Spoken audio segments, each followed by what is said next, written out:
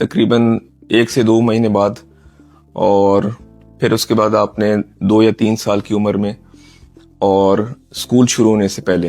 یہ 3 ٹائمنگ ضروری ہیں بچوں کے آنکھوں کے چیک اپ کے لیے، تاکہ جو بھی آنکھوں کی کوئی بیماری ہو صحیح. اس کا پہلے سے ہی معائنہ اور ڈائگنوزس ہو جائے اور اس کی اچھی طرح سے مینجمنٹ کی جا سکے. صحیح.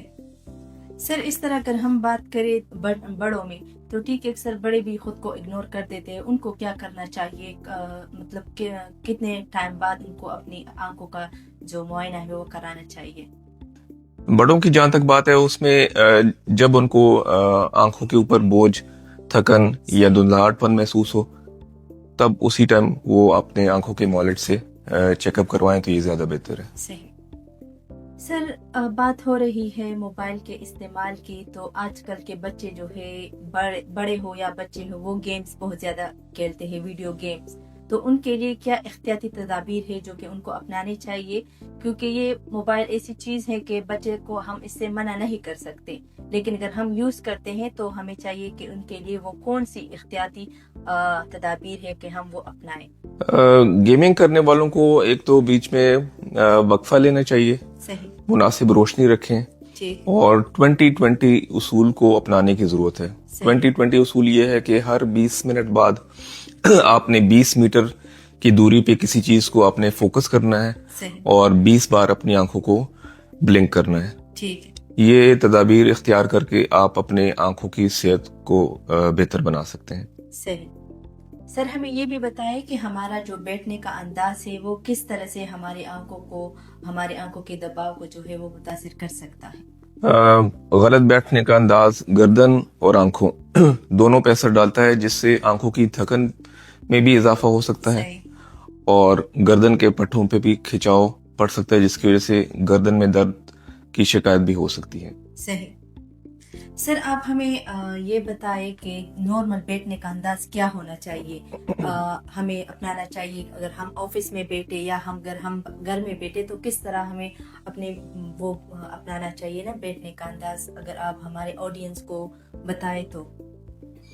دیکھیں، اسکرین یوز کرنے کے لیے سب سے ضروری چیز یہ ہے کہ آپ کی کمر بالکل اسٹریٹ ہو، کمر میں بینڈ نہ ہو، شولڈرز آپ کے اسٹریٹ ہوں، اور اسکرین اور آنکھ کے جو لیول ہے بالکل آپ کی آنکھوں کے سامنے ہونا چاہیے. بہت زیادہ اوپر بھی نہ ہو اور بہت زیادہ نیچے بھی نہ ہو. تو یہ پراپر پوسچر اگر آپ اختیار کریں گی تو جو آپ کی گردن اور کمر کے مسائل، یہ ان سے آپ جو ہے نا وہ بچ سکتے ہیں. صحیح. اور سر اس طرح بھی ہمیں یہ بتائے کہ کتنے ڈسٹنس تک ہمیں اپنے موبائل جو ہے وہ پکڑنا چاہیے کہ ہماری جو آنکھیں ہیں اس سے خراب نہ ہو؟ موبائل اور آنکھ کے درمیان دوری ایک خاص لمٹ تک ہونی چاہیے.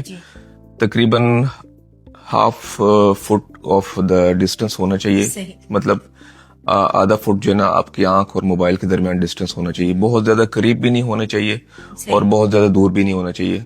یہ دونوں کنڈیشنز آپ کی آنکھ پہ سٹرین ڈال سکتی ہیں اور آپ کی نظر کو بھی متاثر کر سکتی ہیں. صحیح. سر ہم نے ڈیجیٹل آئی اسٹرین کے اوپر بہت زیادہ بات کی، اچھی گفتگو کی اور ہمیں بہت زیادہ انفارمیشن ملی، لیکن اب ہم آتے ہیں اس کے علاج کے اوپر. کیا آپ ہمیں بتا سکتے ہیں کہ اس کا علاج کیا ہے؟ ڈیجیٹل آئی اسٹرین کے علاج میں اسکرین سے مناسب بریک لینا، اپنی نیند مناسب رکھنا، درست روشنی، آنکھوں کے قطرے اور باقاعدہ آئی چیک اپ شامل ہے. صحیح. سر ہم نے بہت زیادہ اچھی گفتگو کی، انفارمیٹو معلومات ہم نے لوگوں کو دیے. کیا آپ ہمارے سننے والوں کو ایک اچھا پیغام دینا چاہیں گے؟ آخر میں سننے والوں کے لیے میرا پیغام یہ ہے کہ آنکھیں اللہ تعالیٰ کی ایک قیمتی نعمت ہے. آج کے ڈیجیٹل دور میں اسکرین کا استعمال ہماری مجبوری بن چکا ہے، لیکن اس کا درست اور متوازن استعمال بے حد ضروری ہے.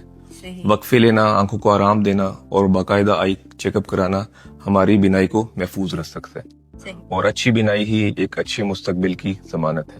صحیح. ڈاکٹر صاحب آپ نے بہت زیادہ اچھی گفتگو کی. آپ کا قیمتی ٹائم دینے کا بہت زیادہ شکریہ کہ آپ آئے، آپ نے ہمیں ٹائم دیا. آپ کا بھی بہت شکریہ. امید کرتی ہوں ناظرین کہ آپ کو ہمارا پروگرام پسند آیا ہوگا. جس طرح کے ڈاکٹر صاحب نے کہا ہے کہ اسکرین کا استعمال ہماری مجبوری بن چکی ہے, لیکن یہ ضروری نہیں ہے کہ ہم اس کو اتنا استعمال کریں کہ ہماری آنکھوں پر اس کا نیگیٹو اثر پڑ جائے.